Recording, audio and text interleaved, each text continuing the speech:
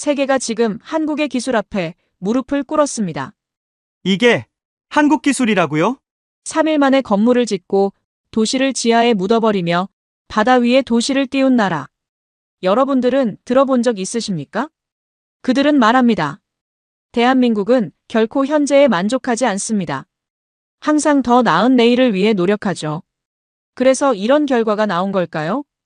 그리고 지금 세계 최고의 기술자들은 하나같이 입을 모아 얘기합니다.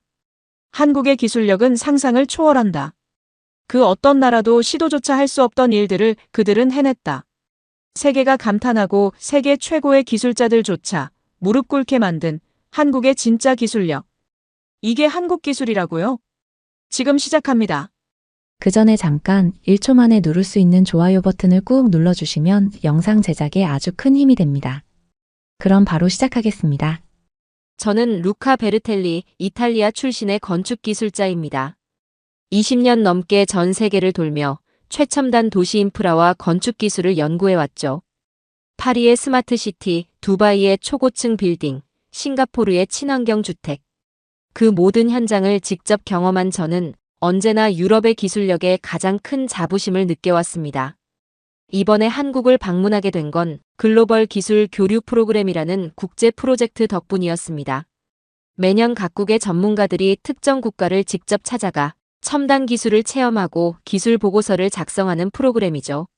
올해 저는 한국 담당이었습니다. 솔직히 말하자면 처음엔 그다지 기대하지 않았습니다. 한국? 뭐 고층 빌딩 몇 개 보여주고 끝나겠지. 로마 사무실을 떠나기 전 동료들의 농담 섞인 말에 저도 모르게 고개를 끄덕였죠. 유럽도 중동도 미국도 수없이 가봤지만 한국은 이번이 처음이었으니까요. 이번에는 한국이군요. 아시아에서 기술 선진국이라곤 하지만 글쎄요. 인천공항에 도착하자마자 느껴지는 묘한 분위기. 너무 깔끔하고 너무 조용하고 너무 편리했습니다. 공항에서 나와 호텔로 가는 리무진 버스 안에서 서울의 스카이라인을 바라보며 조금은 의아했죠. 생각보다 현대적이네. 하지만 뭐 특별한 건. 그때 문자 한 통이 왔습니다. 제가 속한 국제건축기술협회에서 주선한 한국건설기술연구원 김태환 부장의 메시지였어요. 베르텔리님, 내일부터 5일간의 일정을 준비했습니다. 한국의 건설 기술을 직접 체험하실 수 있도록 특별 코스로 구성했으니 기대하셔도 좋습니다. 메시지를 읽으며 픽 웃었습니다.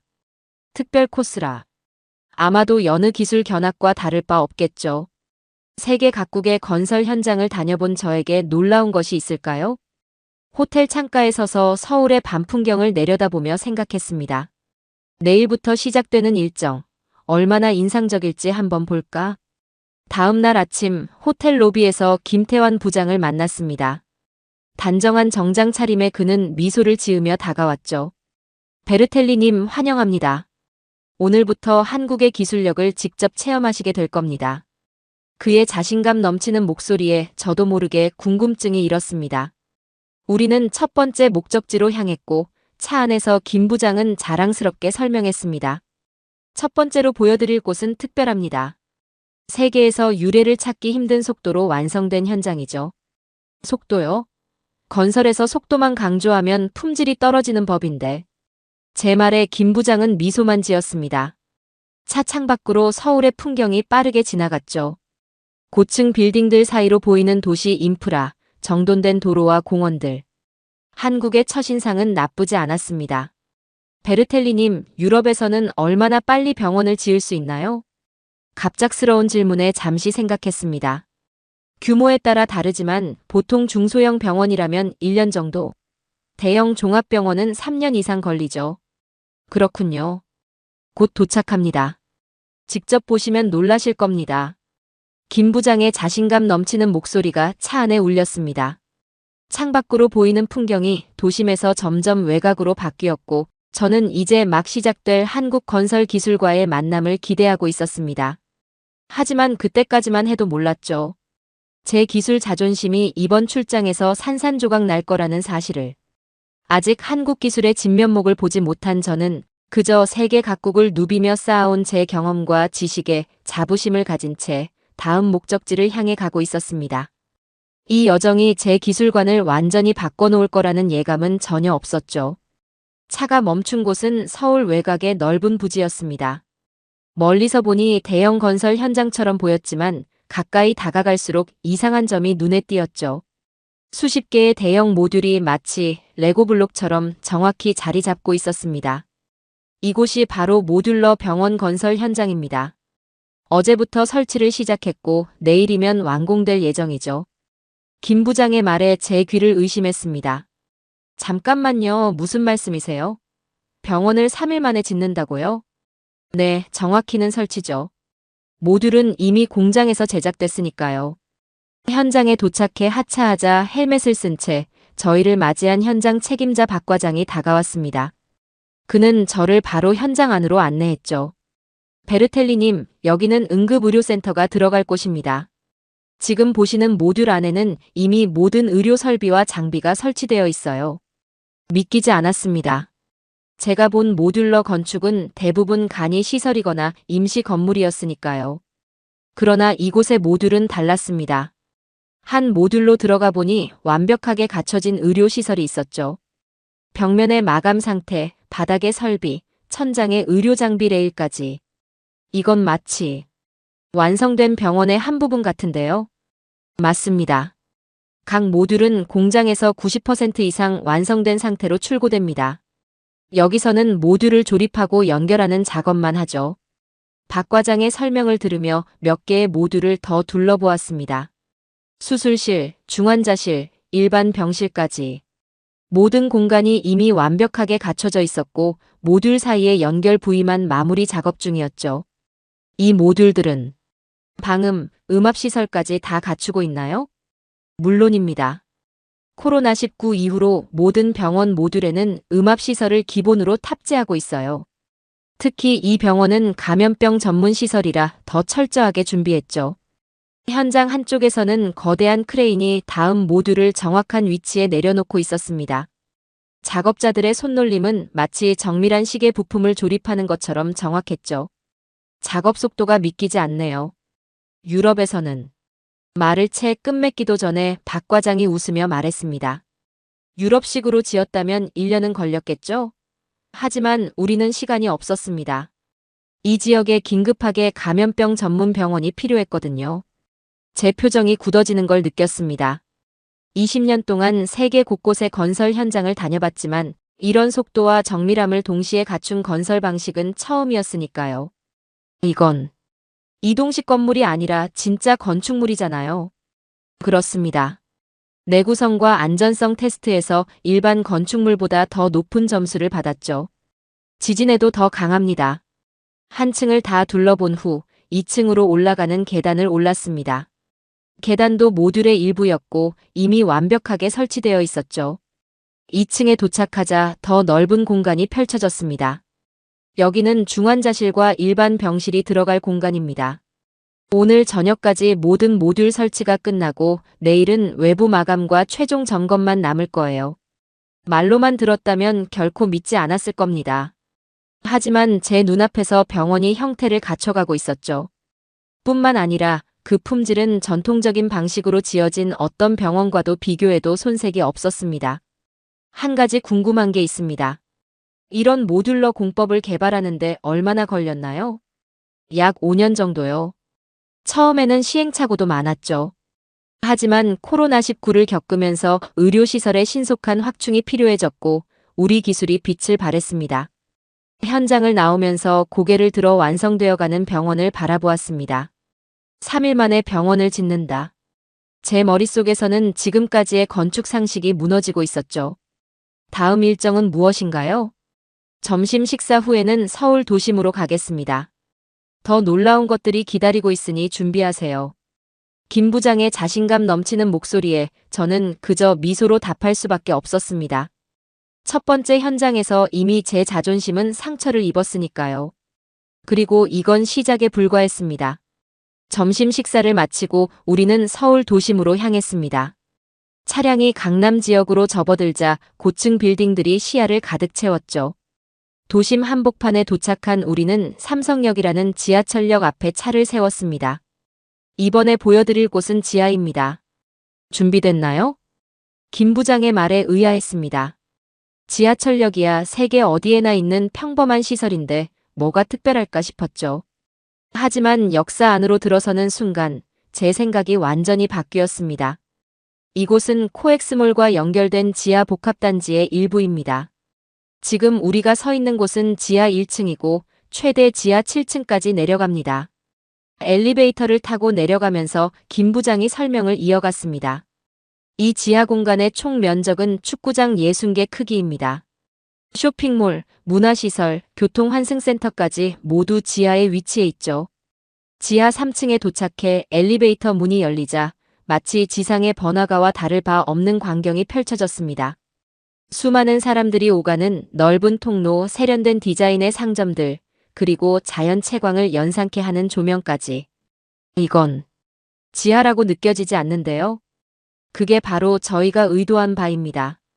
지하지만 지상처럼 쾌적하게 만들었죠. 넓은 통로를 걸으며 지하 복합단지를 둘러보았습니다. 놀라웠던 것은 방향 감각을 전혀 잃지 않는다는 점이었어요. 보통 지하 공간은 미로처럼 느껴지기 마련인데 이곳은 직관적인 동선과 명확한 안내 시스템으로 누구나 쉽게 길을 찾을 수 있었죠. 이 복합단지는 9개의 지하철 노선과 직접 연결되어 있습니다. 버스 터미널, 공항 리무진 정류장까지 모두 지하에서 환승이 가능하죠. 모든 교통수단이 지하에서 연결된다고요? 네, 그뿐만이 아닙니다. 이 지하 공간은 주변 10개 이상의 고층 빌딩과도 직접 연결되어 있어요. 비가 오나 눈이 오나 외부로 나갈 필요 없이 모든 곳을 이동할 수 있죠.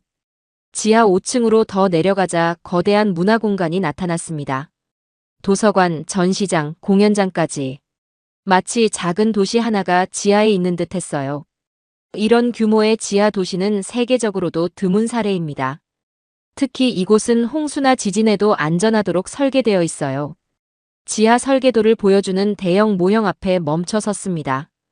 입체적으로 표현된 지하 구조는 마치 거대한 생명체의 순환계처럼 유기적으로 연결되어 있었죠. 이 모형을 보세요. 지하수 관리 시스템, 공기순환 시스템, 비상 대피로까지 모두 통합 관리됩니다. 특히 주목할 점은 지속 가능성이에요. 이 공간의 에너지 효율은 지상 건물보다 30% 이상 높습니다. 모형을 자세히 살펴보던 저는 문득 깨달았습니다. 이곳은 단순한 지하 쇼핑몰이 아니라 도시 계획의 혁신이었죠. 지상에는 공원과 문화 공간을, 지하에는 상업과 교통 인프라를. 이런 개념을 실제로 구현했다니 놀랍습니다. 맞습니다. 이것이 바로 한국의 수직도시 개념입니다. 땅값이 비싸고 공간이 제한된 도심에서 최대한의 효율을 추구한 결과죠. 지하 7층까지 내려가 보니 거대한 물류센터가 있었습니다. 자동화된 시스템으로 상품이 이동하고 쓰레기가 처리되는 모습이 인상적이었어요. 이 지하 물류 시스템은 24시간 가동됩니다. 지상의 교통체증에 영향받지 않고 상품 공급이 이루어지죠. 다시 지상으로 올라오는 엘리베이터 안에서 김 부장이 물었습니다.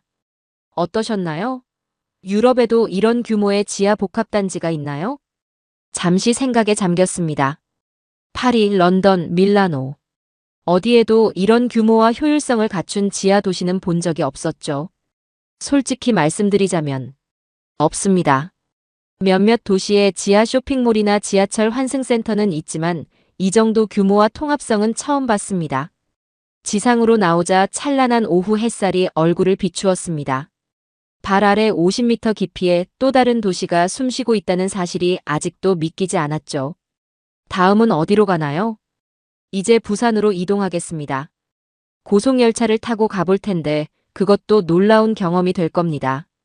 서울역으로 향하는 차 안에서 창밖을 바라보며 생각했습니다.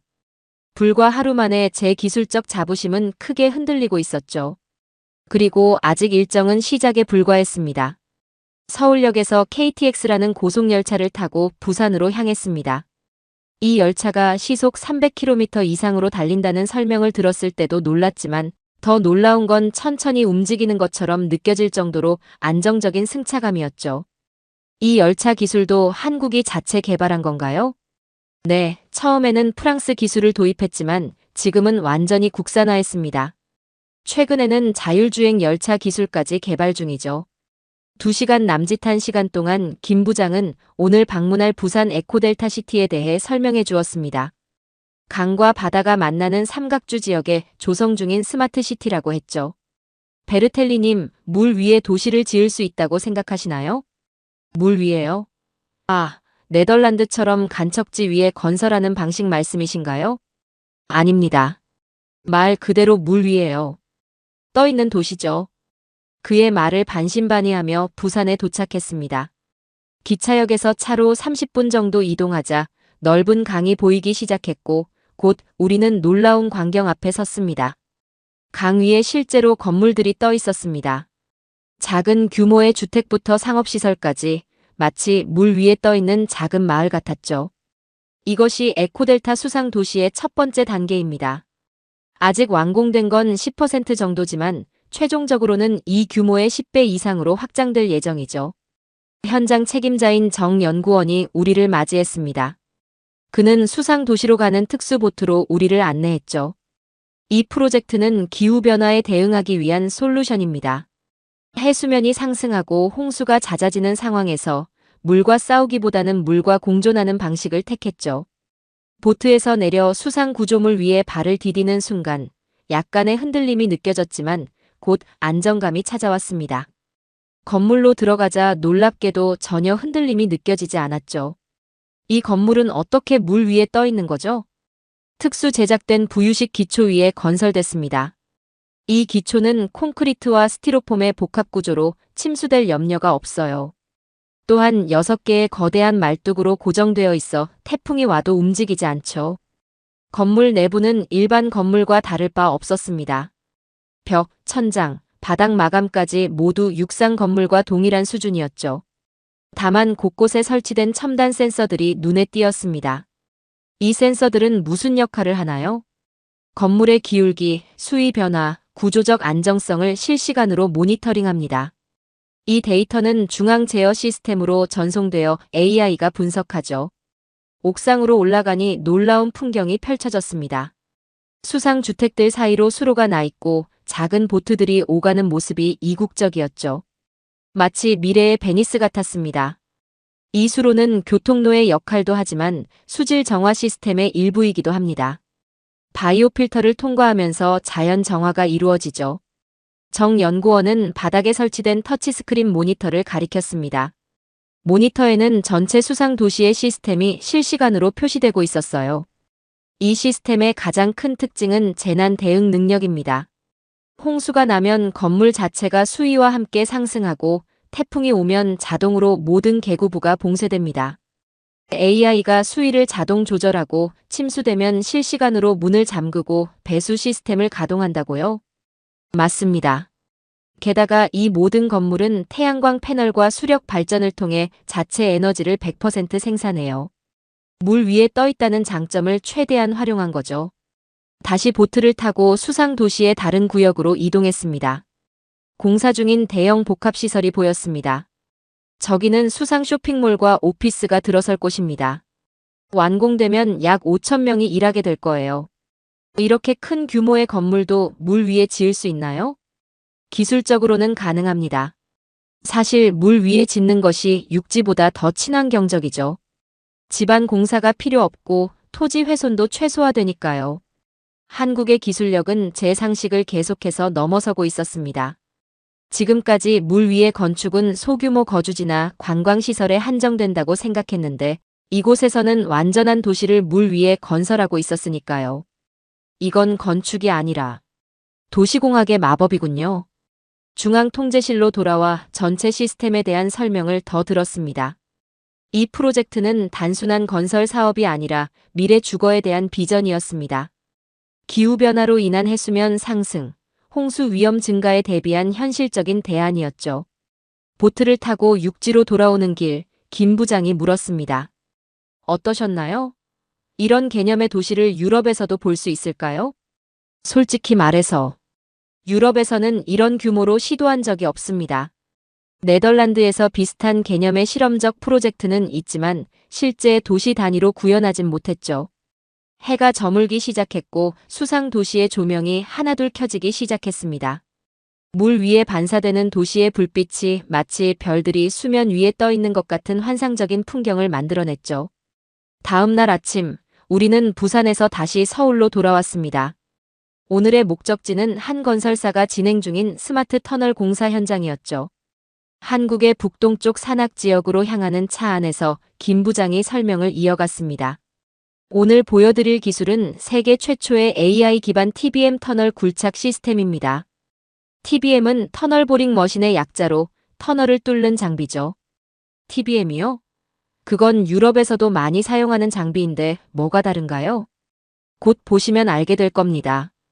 기존 TBM과는 차원이 다르니까요. 2시간 정도 달려 산악 지역의 공사 현장에 도착했습니다. 거대한 산을 뚫는 고속도로 터널 공사 현장이었죠. 일반적인 토목 공사장과 비슷해 보였지만 현장 사무실로 안내받은 후 모니터에서 본 광경은 충격적이었습니다. 저기 보이는 게 AI TBM입니다. 지금 실시간으로 터널을 굴착하고 있는 모습이에요. 대형 모니터에는 직경 10m가 넘는 거대한 원형 장비가 천천히 회전하며 바위를 깎아내는 모습이 보였습니다. 하지만 놀라운 점은 그 주변에 사람이 보이지 않는다는 것이었죠. 작업자들은 어디 있나요? 이 시스템은 완전 자동화되어 있습니다. 작업자는 여기 관제실에서 모니터링만 하죠. 지금 현장에는 단 한 명의 기술자도 없습니다. 믿기지 않는 광경이었습니다. 관제실에는 10명 정도의 엔지니어들이 모니터를 보며 데이터를 분석하고 있었지만 실제 굴착 현장에는 사람 대신 로봇과 자동화 장비들만 있었죠. 이 AI TBM은 지지를 실시간으로 분석하면서 굴진합니다. 앞에 단단한 화강암이 나타나면 자동으로 굴착 속도를 조절하고 지하 수맥이나 위험한 지층이 감지되면 스스로 멈추죠. 시스템 책임자인 이 박사가 세부 작동 원리를 설명해 주었습니다. 기존 TBM은 사전 지질 조사를 바탕으로 인간이 모든 판단을 내렸습니다. 하지만 우리 시스템은 실시간으로 지질을 분석하고 AI가 최적의 굴착 전략을 수립하죠. 덕분에 사고 위험은 90% 감소했고 공사 속도는 30% 향상됐습니다. 모니터 옆에 설치된 대형 스크린에는 3D로 구현된 지질 구조가 실시간으로 업데이트되고 있었습니다. AI가 예측한 앞으로의 지층과 실제 굴착 결과가 거의 완벽하게 일치하는 모습이 놀라웠죠. 이건 마치 인간이 없는 공사 현장 같군요. 맞습니다. 특히 터널 공사는 가장 위험한 토목 공사 중 하나였어요. 이 기술 덕분에 인명사고가 획기적으로 줄었습니다. 관제실에서 나와 다른 구역으로 이동했습니다. 그곳에는 로봇 정비소가 있었죠. 여러 종류의 로봇들이 대기 중이었습니다. 이 로봇들은 TBM에 문제가 생기면 투입됩니다. 인간이 들어갈 수 없는 위험 지역에 들어가 수리와 정비를 담당하죠. 한 기술자가 로봇을 시연해 보였습니다. 원격 조종으로 정밀한 작업을 수행하는 모습이 인상적이었어요. 유럽에서는 아직도 터널 공사에 많은 인력이 투입되고 있죠. 김 부장의 질문에 잠시 생각에 잠겼습니다. 네. 우리 팀도 아직 상당 부분 수작업에 의존하고 있어요. 물론 TBM을 사용하지만 이 정도 수준의 자동화와 AI 통합은 말을 끝맺지 못했습니다. 현실을 인정하기 힘들었으니까요. 제가 참여했던 최첨단 터널 공사 현장에서도 여전히 많은 작업자들이 위험을 감수하며 일하고 있었습니다. 하지만 이곳에서는 인간은 관전만 하고 있었죠. 로봇 정비소를 나와 다시 관제실로 돌아왔습니다. 이번에는 굴착 데이터 분석실을 보여주었습니다. 이곳에서는 AI가 수집한 지질 데이터를 분석해 다른 공사 현장에도 적용할 수 있는 지식으로 변환합니다. 모든 현장 경험이 데이터베이스화되어 다음 프로젝트에 활용되죠. 차에 오르며 창밖으로 산을 바라보았습니다. 그 거대한 산맥 속으로 로봇이 터널을 뚫고 있다는 사실이 아직도 믿기지 않았습니다. 기계가 인간을 완전히 대체한 현장. 이것이 미래의 모습일까요? 차가 서울로 향하는 고속도로에 진입하자 제 머릿속은 복잡한 생각들로 가득 찼습니다. 유럽의 기술력에 대한 자부심은 이제 완전히 무너져 내리고 있었죠. 서울로 돌아온 우리는 다음 날 아침, 이번에는 도심 한복판에 위치한 한 아파트 단지로 향했습니다. 외관상으로는 평범해 보이는 고층 아파트였지만 김 부장의 설명에 따르면 이곳은 특별한 기술이 적용된 곳이라고 했죠. 베르텔리님, 이 아파트가 뭐가 특별해 보이나요? 주변을 둘러보았지만 겉으로 봐서는 특별한 점을 찾을 수 없었습니다. 글쎄요. 디자인은 현대적이고 세련됐지만 특별해 보이진 않네요. 맞습니다. 겉으로는 평범해 보이죠. 하지만 이 아파트의 진짜 특별한 점은 눈에 보이지 않습니다. 이것은 국내 최초로 일반 아파트에 적용된 면진 시스템입니다. 면진 시스템이요? 네, 지진 에너지를 흡수해 건물의 흔들림을 최소화하는 기술입니다. 보통은 초고층 빌딩이나 중요 시설에만 적용되는데 이 아파트는 일반 주거 건물에 적용된 첫 사례죠. 아파트 단지 내에 위치한 홍보관으로 안내받았습니다. 그곳에는 건물의 구조를 보여주는 모형이 전시되어 있었죠. 이 아파트의 핵심은 기초부와 상부 구조 사이에 위치한 이면진 장치입니다. 고무와 납으로 만들어진 이 장치가 지진 에너지를 흡수하고 상부 구조만 따로 움직이게 해요. 홍보관 한쪽에 설치된 시뮬레이션 장비로 안내받았습니다. 두 개의 모형 건물이 나란히 설치되어 있었는데 하나는 일반 구조, 다른 하나는 면진 구조였죠. 이제 진도 6.0의 지진을 시뮬레이션 해보겠습니다. 버튼을 누르자 두 모형이 흔들리기 시작했습니다. 일반 구조의 모형은 심하게 흔들렸지만 면진 구조의 모형은 기초부가 움직이면서 상부 구조는 거의 흔들리지 않았습니다. 진도 6.2에서도 0.3% 흔들림이라니. 믿기지 않는군요. 더 놀라운 건 이 기술이 일반 아파트에 적용됐다는 점입니다. 이 단지의 모든 건물은 진도 7.0까지 견딜 수 있게 설계됐어요. 홍보관을 나와 실제 건물 지하로 향했습니다. 지하 주차장을 지나 보안문을 열고 들어가자 건물의 기초부가 드러났습니다. 거대한 기둥들 사이에 설치된 면진 장치들이 눈에 띄었죠. 이것이 실제 면진 장치입니다. 각 장치는 약 100톤의 하중을 지탱할 수 있고 모든 방향으로 움직일 수 있죠. 면진 장치를 자세히 살펴보았습니다. 엄청난 크기와 정교함이 느껴졌습니다. 이런 장치들이 몇 개나 필요한가요? 이 건물은 총 48개의 면진 장치가 설치되어 있습니다. 건물 크기와 높이에 따라 다르지만 보통 3,050개 정도가 필요하죠. 다시 지상으로 올라와 한 가정의 실제 거주 공간으로 안내받았습니다. 일반적인 아파트 내부와 다를 바 없었지만 김 부장은 특별한 점을 보여주었습니다. 이 아파트에는 지진 감지 시스템도 설치되어 있습니다. 지진이 감지되면 자동으로 가스가 차단되고 엘리베이터가 가장 가까운 층에 정지하죠. 이런 시스템이 일반 아파트에 적용됐다고요? 유럽에서는 아직 고급 빌딩에만 시도 중인데 말을 끝맺지 못했습니다. 다시 한번 제 상식이 무너지는 순간이었죠. 이 기술의 비용은 얼마나 되나요? 분명 엄청나게 비쌀 텐데. 초기에는 건축비의 30% 정도 추가됐지만 지금은 기술 발전으로 10% 이내로 낮아졌습니다. 창밖으로 아파트 단지를 바라보았습니다. 수백 가구가 살고 있는 이 단지 전체가 지진에도 안전하다니. 한국은 지진이 빈번한 나라도 아닌데 이런 기술을 일반 주택에 적용했다는 점이 놀라웠습니다. 한국이 이런 기술을 개발한 이유가 뭔가요? 이탈리아나 일본처럼 지진이 잦은 나라도 아닌데. 미래를 준비하는 거죠. 한반도도 지진의 안전지대가 아니라는 인식이 확산됐고 무엇보다 우리는 이 기술을 수출하고 있습니다. 지금 일본, 중국, 터키에 이 기술을 수출 중이에요. 아파트를 나오면서 제 마음속에는 복잡한 감정이 일었습니다. 자존심은 상처받았지만 동시에 이런 기술을 직접 볼 수 있다는 기쁨도 있었죠. 다음 일정은 무엇인가요?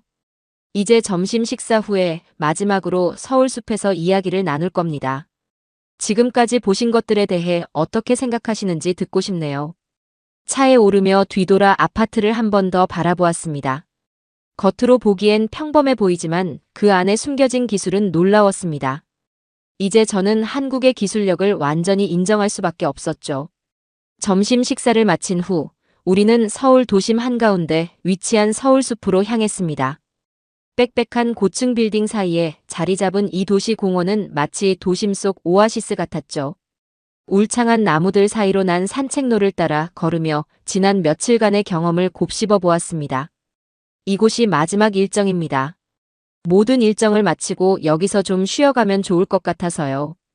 김 부장의 말에 고개를 끄덕였습니다.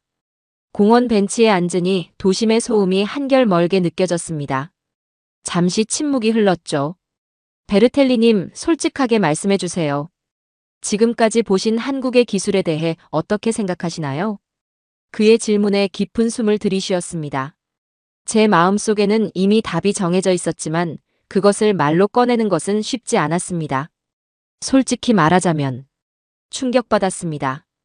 20년 넘게 세계의 건설 현장을 다녀봤지만 이런 수준의 기술은 처음 봤어요. 말을 꺼내기 시작하자 오히려 마음이 편해졌습니다. 제 진심을 있는 그대로 전하기로 했죠. 3일 만에 완성되는 모듈러 병원, 지하 50m의 도시를 건설하는 기술, 물 위에 떠 있는 주거. 단지 로봇이 터널을 파는 완전 자동화 시스템, 지진에도 끄떡없는 아파트까지. 모두 놀라웠습니다. 김 부장은 말없이 경청했습니다. 저는 계속해서 말을 이어갔죠. 사실 처음에는 반신반의했어요. 한국이 유럽보다 앞선 기술을 가지고 있다고? 글쎄요, 그렇게 생각하지 않았죠. 그럴 수 있습니다. 많은 사람들이 처음에는 그렇게 생각하니까요. 하지만 직접 본 후에는 인정할 수밖에 없었습니다. 기술은 따라할 수 있어요. 근데 이건 기술만의 문제가 아니에요. 한국은 속도와 의지가 다릅니다. 제 말에 김 부장이 흥미로운 표정을 지었습니다. 어떤 의미인가요? 유럽에서는 새로운 건설 기술을 도입하려면 최소 몇 년이 걸립니다. 회의만 3달 하고 그 다음 테스트하고 또 회의하고 결국 실제 적용까지 5년 이상 걸리죠. 하지만 한국은 3달 만에 완공을 합니다. 서울숲의 나무들 사이로 햇살이 비치고 있었습니다. 평화로운 분위기 속에서도 제 마음은 여전히 복잡했죠. 여기서 제가 배운 가장 큰 교훈은 기술적 한계보다 우리가 스스로 만든 한계가 더 크다는 겁니다. 유럽은 풍부한 자원과 역사적 경험이 있지만 그것이 오히려 새로운 시도를 방해하는 경우가 많아요. 흥미로운 관점이네요. 계속 말씀해 주세요. 한국은 제약 속에서 혁신을 이루어냈어요. 좁은 국토, 자원 부족, 지정학적 위치. 이런 제약들이 오히려 창의적인 해결책을 만들어낸 것 같습니다. 공원의 산책로를 따라 천천히 걸으며 대화를 이어갔습니다. 저는 기술자로서 자부심이 있었습니다. 유럽의 기술이 세계 최고라고 믿었죠. 하지만 이번 방문으로 그 생각이 완전히 바뀌었어요. 많은 분들이 그렇게 말씀하십니다. 처음에는 의심하다가 직접 보고 나면 인정하게 되죠. 유럽으로 돌아가면 제가 본 것들을 동료들에게 알려야겠네요. 우리도 변해야 합니다. 기술의 세계는 이미 달라졌으니까요. 서울숲을 나오며 마지막 질문을 던졌습니다. 김 부장님, 한국 기술의 비결이 뭐라고 생각하세요? 김 부장은 잠시 생각하더니 미소를 지었습니다. 우리는 항상 더 나은 방법을 찾아야 했습니다. 기존 방식에 안주할 여유가 없었거든요. 그게 우리의 비결이 아닐까 싶습니다. 서울의 마지막 저녁, 호텔 창가에 서서 도시의 불빛을 바라보았습니다. 내일이면 이탈리아로 돌아가는 비행기를 타게 될 텐데 제 마음속에는 이미 많은 것이 바뀌어 있었습니다. 기술적 자존심은 무너졌지만 그 대신 새로운 가능성을 보게 된 기쁨이 찾아왔죠. 이제 남은 것은 이 경험을 유럽의 동료들과 나누는 일뿐입니다. 그들도 저처럼 놀라고 인정하고 변화하게 될까요? 그것은 시간만이 알려줄 것입니다. 마지막 날 아침, 김포공항으로 향하는 차 안에서 서울의 풍경을 바라보았습니다. 지난 5일간의 여정이 주마등처럼 스쳐 지나갔죠. 처음 도착했을 때의 자신감 넘치던 제 모습과 지금의 제 모습은 완전히 달라져 있었습니다. 베르텔리님, 공항까지 30분 정도 걸립니다. 마지막으로 궁금한 점이 있으시면 말씀해 주세요. 김 부장의 말에 잠시 생각에 잠겼습니다. 궁금한 점은 너무 많았지만 그 중에서도 가장 근본적인 질문을 던졌습니다. 한국이 이렇게 빠르게 발전한 이유가 뭐라고 생각하세요? 김 부장은 미소를 지으며 대답했습니다. 우리에게는 선택지가 없었어요. 전쟁으로 모든 것이 파괴된 나라에서 시작했으니까요. 빨리 따라잡지 않으면 살아남을 수 없었습니다. 하지만 그게 전부는 아닐 텐데요.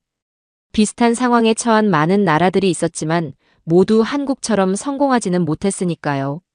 맞습니다. 저는 위기를 기회로 바꾸는 능력이 핵심이라고 생각해요. 그리고 끊임없이 더 나은 방법을 찾는 집념이죠. 차창 밖으로 고속도로를 달리는 차들이 스쳐 지나갔습니다. 주말 아침임에도 도시는 여전히 활기차 보였죠. 유럽으로 돌아가면 무엇을 가장 먼저 하실 건가요? 동료들에게 제가 본 것들을 알리는 겁니다. 솔직히 말하면 처음에는 아무도 믿지 않을 거예요. 저도 직접 보기 전까지는 믿지 않았으니까요. 공항이 가까워질수록 마음이 복잡해졌습니다. 한편으로는 집으로 돌아간다는 반가움이 있었지만 다른 한편으로는 더 많은 것을 보고 싶다는 아쉬움도 있었죠. 다음에 오시면 더 놀라운 것들을 보여드리겠습니다. 지금 개발 중인 기술들이 몇 년 후면 상용화될 테니까요. 더 놀라운 것들이요? 지금 본 것만으로도 충분히 놀라웠는데. 김 부장은 웃으며 말했습니다. 우리는 결코 현재에 만족하지 않습니다. 항상 더 나은 내일을 위해 노력하죠. 드디어 공항에 도착했습니다. 김 부장과 작별 인사를 나누며 마지막 질문을 던졌습니다. 한국 기술의 미래는 어떻게 될까요? 우주로 나아갈 겁니다. 이미 달 탐사선을 보냈고 우주 산업에도 적극적으로 진출하고 있죠. 기술의 경계는 계속 확장될 겁니다. 출국장으로 향하기 전 잠시 멈춰서서 마지막 말을 전했습니다. 김 부장님, 솔직히 말씀드리겠습니다. 한국은 제가 상상했던 미래보다 10년 앞서 있었습니다. 처음에는 반신반의했지만 이제는 인정합니다. 이기 한국 기술 1학고. 네, 맞습니다.